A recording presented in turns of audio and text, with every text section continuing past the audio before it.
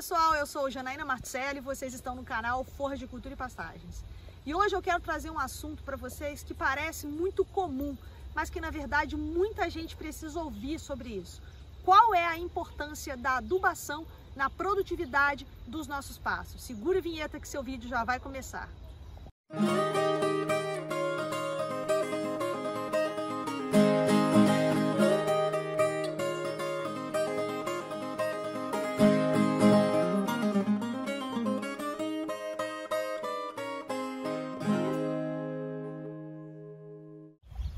Pessoal, a gente escuta falando que adubar pasto às vezes não dá retorno, que não é bom fazer isso. A questão aqui é a seguinte: será que adubar pasto nos dá retorno? Eu vou mostrar para vocês aqui um experimento que a gente tem feito.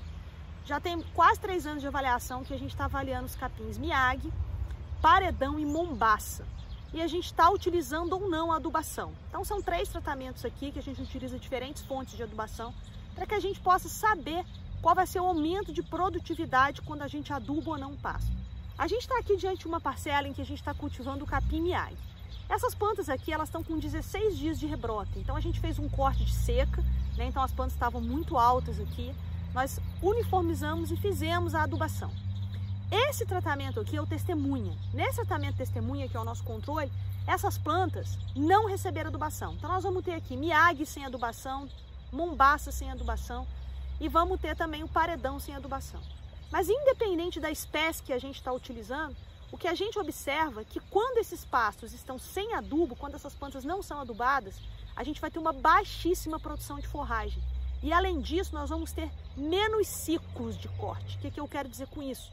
O animal demora mais tempo para voltar aqui, porque a gente faz manejo por altura. Então, quando essas forrageiras atingem uma altura entre 80 e 90 centímetros, a gente faz o corte. Num regime em pastejo, a gente faria o quê? A entrada dos animais. Quando essas plantas não recebem adubo, o que a gente observa é que elas demoram muito para chegar na altura de manejo. Consequentemente, eu tenho um menor aproveitamento da terra. Além disso, o que a gente está observando também é que ano após ano, essas plantas vêm perdendo consideravelmente a sua produtividade. Né? Por quê? Porque a terra vai se exaurindo e como não há reposição de nutrientes, esse capim começa a falhar, começa a ter dificuldade de rebrota. Então eu já vou mostrar aqui para vocês o que está acontecendo aqui nesse pasto de capim Miyagi sem adubação.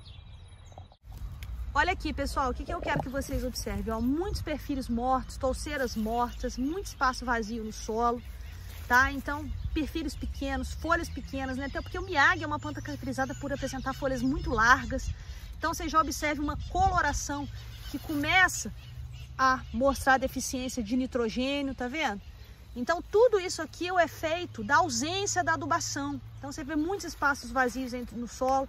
Essas plantas aqui não receberam adubação. Então é a gente achar que pode simplesmente jogar a semente, né, e não fazer a reposição. Então nós vamos ter menor produção de forragem. Como consequência disso, nós vamos ter também uma menor taxa de lotação, uma menor produção por área dos nossos pastos.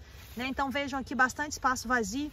Começa, né, obviamente, a surgir plantas invasoras, né, vocês estão vendo aqui. Então é muito importante que a gente faça o mínimo de adubação para que a gente consiga manter a produtividade e o perfilhamento das nossas plantas. Agora nós vamos lá no pasto, né, nas áreas que receberam adubação. Agora, pessoal, a gente está diante de uma parcela de capim Miyagi que vem recebendo adubação. Então vocês começam a perceber a diferença já em relação à ocupação da área. Né? Em relação à coloração, a gente não precisa nem falar que aqui fica bem mais verde, né? Justamente porque recebeu a adubação nitrogenada de forma adequada. Né? E eu esqueci de comentar com vocês ali que toda essa adubação é feita de acordo com o resultado da análise de solo. Então é imprescindível que a gente saiba exatamente o quanto a gente precisa colocar de adubo. Né? Então vocês observem aqui que a gente vai ter o maior número de perfilhos, nós vamos ter plantas muito mais robustas, né? Aqui é o mesmo tempo de rebrota, os 16 dias lá do pasto sem adubação, mesmo 16 dias aqui. Então aqui provavelmente nós vamos fazer um ciclo em torno de 22 dias, que ele já vai estar na altura de pastejo. Né? Então a gente roda mais vezes, você tem o melhor desempenho por animal, melhor desempenho por área. Quando a gente faz o manejo do Miyagi, do paredão e do mombaça por altura, a gente está otimizando essa planta porque a gente pega um ponto em que a gente tem muita produção e também melhor qualidade. Né? Então o número de perfilhos aqui é muito maior, os meus alunos contam o número de perfilhos. Então chega a ser 3, 4 vezes maior o número de perfilhos quando recebe adubação que quando não recebe. O que garante a perenidade de um pasto é o perfilhamento, que vai fazer com que essa planta se perpetue e esse seu pasto não caminhe para a degradação.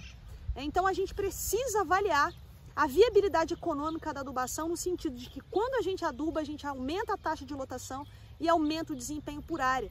E isso, na maioria das vezes, quando a gente faz de forma estratégica, paga o investimento na adubação. Então essa história de que o adubo não resolve em pastagem, que a gente não precisa fazer adubação, a gente tem que tomar muito cuidado com essas falas, tá? Porque muitas das vezes, quando a tecnologia da adubação não deu certo, foi porque a gente fez de forma errada, porque a gente não soube fazer isso estrategicamente, tá? Então a gente precisa dividir a adubação, não podemos colocar tudo de uma vez, principalmente quando a gente fala de adubação de cobertura, né? Então a gente já tem vários vídeos aqui explicando para vocês como fazer adubação estratégica em pastagens. Tá? Então eu vou mostrar para vocês agora por cima, como eu fiz no outro vídeo, a diferença na cobertura de solo, na coloração e no perfilhamento. Olha só, gente, vocês estão vendo aí, ó. Olha a cobertura de solo, olha o tamanho das folhas, a largura dessas folhas, né? Que o capim, ele é uma forrageira que tem umas folhas bastante largas, né? Um capim bem bonito. Então, olha, já está praticamente na altura. Daqui a pouco a gente já pode, né? Poderia colocar o gado aqui. Então a gente tem poucos espaços vazios, a gente tem poucas plantas invasoras aqui, quase nenhuma, o maior número de perfilhos. Isso aí significa o quê? Que a adubação efetivamente aumenta a produção de forragem. O que a gente precisa saber é manejar pastos adubados. Agora também não adianta nada a gente colocar adubo sem saber manejar. Porque se eu coloco adubo, meu capim cresce rápido e eu não coloco animal para colher, eu vou estar desperdiçando dinheiro. Então eu preciso saber o momento correto de colher esse pasto que cresceu mais rapidamente com a adubação. Então, por isso que é importante que a gente saiba que para cada real que você investe, né, em adubação, você também tem que investir na compra de animais, porque o aumento na lotação é o principal efeito da adubação. Por quê? Porque aumenta a produção de massa. Pessoal, era esse o recado de hoje. Lembrem-se sempre, seu pasto é lavoura, seu dinheiro é capim, no pasto é mais barato. Fiquem com Deus e até a próxima.